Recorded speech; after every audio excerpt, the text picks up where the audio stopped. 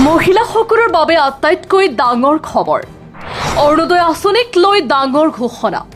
20 ফেব্ৰুৱাৰীত নাপায় অৰুণোদয়ৰ ধন 10 মাৰ্চতহে দিয়া হ'ব অৰুণোদয়ৰ টকা 8,000ৰ পৰিৱৰ্তে এবাৰ মহিলাসকলে পাব 9,000 টকা অহা 10 মাৰ্চত দিয়া হ'ব এই ধন মুখ্যমন্ত্ৰী হিমন্ত বিশ্ব শৰ্মাই ভূপেন বৰাৰ বাসগৃহৰ পৰাই কৰিছে এই গুৰুত্বপূৰ্ণ ঘোষণা ৰাজ্যৰ লাখ লাখ মহিলাৰ বাবে এটা অতি গুৰুত্বপূৰ্ণ খবৰ অৰুণোদয় আঁচনিৰ ধনক লৈ চৰকাৰে গ্ৰহণ কৰিছে এক বিশেষ সিদ্ধান্ত যদি আপুনিও 20 ফেব্ৰুৱাৰীলৈ অপেক্ষা কৰি আছিল তেন্তে এই খবৰটো আপোনাৰ বাবে এবাৰ নিৰ্ধাৰিত সময়তকৈ কিছু পলমকৈ লাভ কৰিব অৰুণোদয়ৰ ধন কিন্তু এই বিলম্বৰ আঁৰত আছে এক সুখবৰ কাৰণ এইবাৰ বৃদ্ধি পাব অৰুণোদয়ৰ ধনৰ পৰিমাণ 20 ফেব্ৰুৱাৰীৰ পৰিৱৰ্তে অহা 10 মাৰ্চতহে হিতাধিকাৰীৰ বেংক একাউণ্টত সোমাব অৰুণোদয়ৰ ধন মহিলাসকলে পূৰ্বৰ তুলনাত অধিক ধন লাভ কৰিব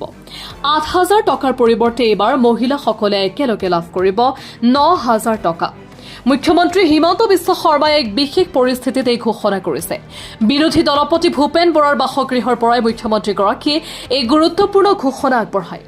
20 ফেব্ৰুৱাৰীত মই নিদিওঁ 10 মাৰ্চত দিম কিন্তু 8,000 টকাৰ জেগা 9,000